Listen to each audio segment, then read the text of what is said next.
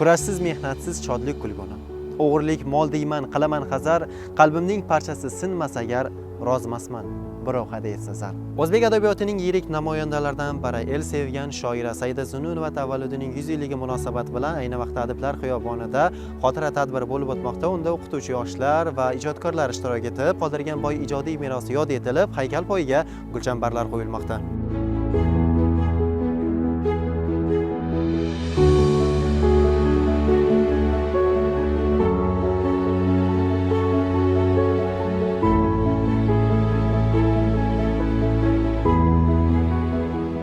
Tadbir Yozuvchilar uyushmasida o'zaro muloqot asosida davom etdi. Unda atoqli shoira Saida Zunnunova ijodining badiiy salmog'i, uning nasriy va she'riy asarlarida aks etgan ijtimoiy ruh hamda ayol matonati mavzulari chuqur tahlil qilindi. Adabiyotshunos olimlar shoira ijodi o'zbek milliy adabiyotining ajralmas qismi ekanini ta'kidlab, uning asarlari bugungi kunda ham yoshlar ma'naviyatini boyituvchi muhim manba bo'lib xizmat qilinishini alohida qayd etdi. Onam shoira Saida Zunnunova o'zbek adabiyotida chuqur iz qoldirgan.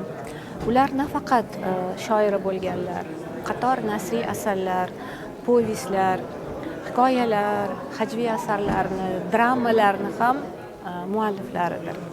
O'z vaqtida ularni ko'p sahna asarlari sahnalarda, o'zbek teatrlarining sahnalarida qo'yilgan. O'ylaymanki, yoshlar ularni asarlarini chuqur o'rganib, ularni hayot yo'llarini, ijodlarini o'rganib, o'zlariga bir kerakli xulosalar qilib, ularni ham bir yaxshi inson, yaxshi ijodkor bo'lib yetishlarida mana shu ularni hayotiy ijodi bir namuna bo'ladi deb o'ylayman.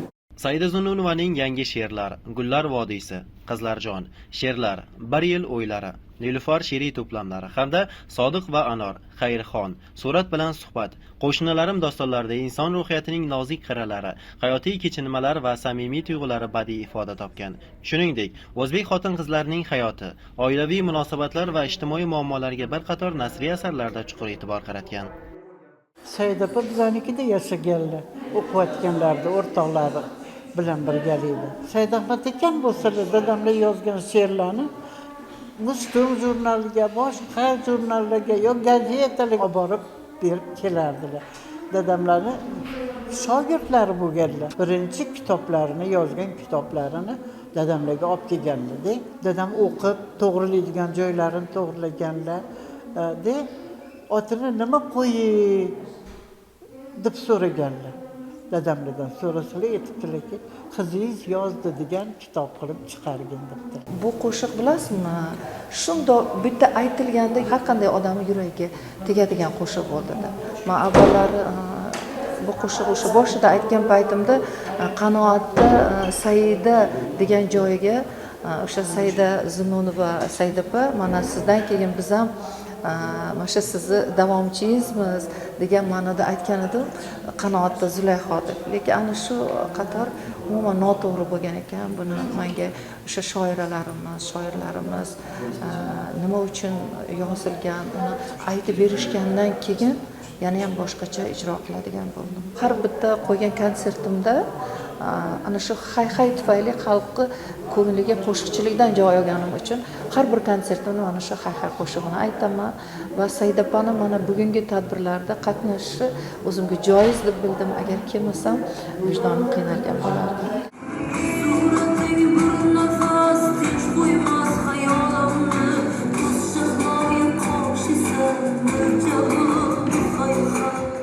Saida Zunnunova tavalludi munosabati bilan ijodiy tanlov ham e'lon qilinib, uning boy merosini targ'ib etish, yosh ijodkorlarni qo'llab-quvvatlash maqsad qilingan edi. Ma'lumotlarga ko'ra, 3 yo'nalishda 100 ga yaqin ijodiy ish kelib tushgan bo'lib, eng yaxshi she'r yo'nalishida Erkin Hoji Muhammad, eng yaxshi esse yo'nalishida Dilbar Baratova, eng yaxshi audio, video rolik yo'nalishida Farangiz Jabborova g'olib deb topildi. Ular Abdulhamid Cho'lpon medali, diplom va esdalik sovg'alari bilan taqdirlandi. Saida Zunnunovaning she'rlari, unga bo'lgan muhabbatim, she'rlarda keltirilgan vatan, ona va farzandlarga bo'lgan muhabbat, tabiatni sevishga bo'lgan yuksak bir iroda hissiyotlari mujassamligi meni o'ziga tortdi va lol qoldirdi va shu jumladan ham shu boisdan ham she'rlarni o'qishni juda ham xohlaganman. Maktab davrlarimdan yaxshi ko'rardim Saidapani she'rlarini va bu she'rlarni ijro etgan va o'qigan va bu she'rlar haroratini his qilgan har bir inson adabiyotni yuksak bir muhabbat bilan sevmasligining aslo iloji yo'q. Shu jumladan tanlov tashkilotchilariga kattadan katta minnatdorchiligimni, rahmatlarimni bildirib qolaman. 100 yil umr ko'rsam, 100 yil she'r yozsam, 100 yil ta'rifingni aytsam mutassil, baribir sevgili yor rasmini chizmoqqa munosib rang topolmayin.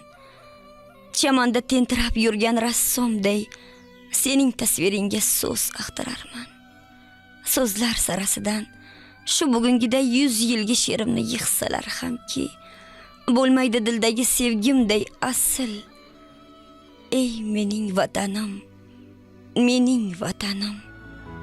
Tadbir nafaqat Saida Zunnunovaning boy ijodiy merosini e'zozlash, balki uning she'riyatda aks etgan yuksak insoniy fazilatlar, vatanparvarlik tuyg'usi va ezgu ma'naviy qadriyatlarni yosh avlod qalbiga chuqur singdirishda muhim ma'naviy, ma'rifiy ahamiyat kasb etadi. Zokir Mo'minov, Islombek Abdunabiyov bugun dastur uchun